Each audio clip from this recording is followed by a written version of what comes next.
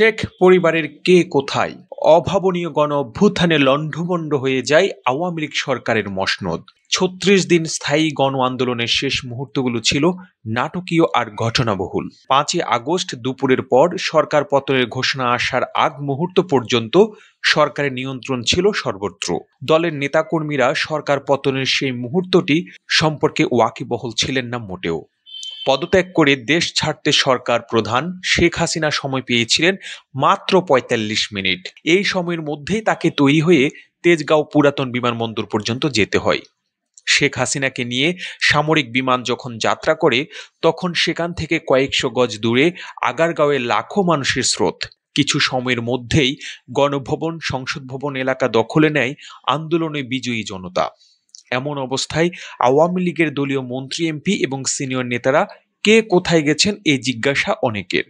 বলা হচ্ছে সিনিয়র নেতাদের অনেকে ক্যান্টনমেন্টে আশ্রয় নিয়েছেন, আবার কেউ কেউ আত্মগোপনে চলে গেছেন। তবে পরিস্থিতি আঁচ করতে পেরে সরকার পতনের আগেই অনেক এমপি মন্ত্রী বিদেশে চলে যান। বঙ্গবন্ধু পরিবারের কয়েকজন সদস্য ৫ই আগস্টের আগে দেশ ছাড়েন।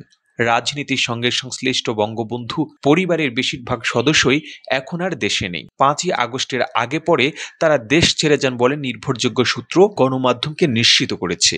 ৫ই আগস্ট দুপুরে তড়িঘড়ি পদত্যাগ করে সামরিক বিমানে দেশ ছাড়েন শেখ হাসিনা ও তার ছোট বোন শেখ রেহানা।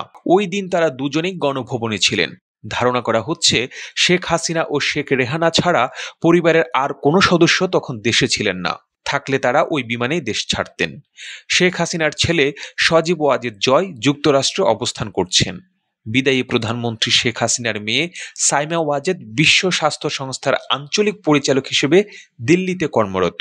আওয়ামী লীগ সরকারের পতনের সময় তিনি দিল্লিতেই ছিলেন। দিল্লিতে যাওয়ার পর তার মা এবং খালার সঙ্গে সাইমার সাক্ষাৎ হয়। লন্ডনে বসবাস করা শেখ রেহানার মেয়ে টিউলিপ সিদ্দিক ব্রিটিশ মন্ত্রী।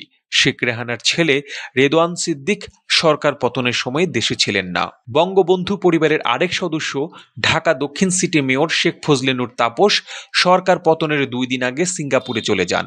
৩রা জুলাই ঢাকার হজরত শাহজালাল আন্তর্জাতিক বিমানবন্দর থেকে বিমান বাংলাদেশ এয়ারলাইন্সের একটি ফ্লাইটে তিনি দেশ ছাড়েন। শনিবার সকাল ৮টা ৩০ মিনিটে বিমান বাংলাদেশ এয়ারলাইন্সের ওই ফ্লাইটটি সিঙ্গাপুরের উদ্দেশ্যে ছেড়ে যায়।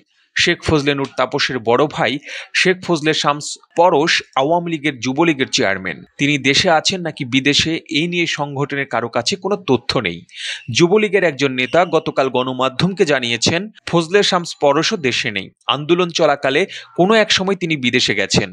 আওয়ামী লীগের প্রেসিডিয়াম সদস্য শেখ ফজলুল করিম সেলিম দেশে নাকি বিদেশে এই নিয়ে ধূম্রজাল রয়েছে। সূত্রের দাবি তিনি দেশ ছেড়ে যেতে পারেননি। বঙ্গবন্ধু পরিবারের সদস্য হিসেবে বরিশালের প্রভাবশালী নেতা ছিলেন আব্দুল হাসানাত আব্দুল্লাহ। ছাত্র জনতা প্রবল আন্দোলন শুরুর সময়ই তিনি ছোট ছেলেকে নিয়ে ভারতে চলে যান।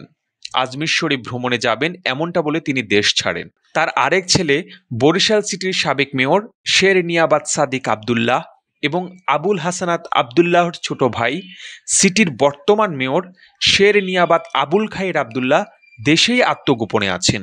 বাগেরহাট ১ আসনের সাবেক এমপি শেখ হেলাল সরকার পতনের আগে দেশ ছাড়েন বলে নির্ভরযোগ্য সূত্র জানিয়েছে। তিনি দেশ ছাড়লেও তার ছেলে বাগেরহাট ২ আসনের সাবেক এমপি শেখ শারহান নাসের তন্ময় দেশেই আত্মগোপনে আছেন। শেখ হেলালের ভাই খুলনা ২ আসনের সাবেক এমপি শেখ সালাউদ্দিন জুয়েলকে সরকার পতনের পর টুঙ্গিপাড়ায় দেখা গেছে বলে স্থানীয়রা জানিয়েছেন। এরপর থেকে তিনি আত্মগোপনে। তিনি দেশে নাকি বিদেশে চলে গেছেন তা এখনো স্পষ্ট নয়।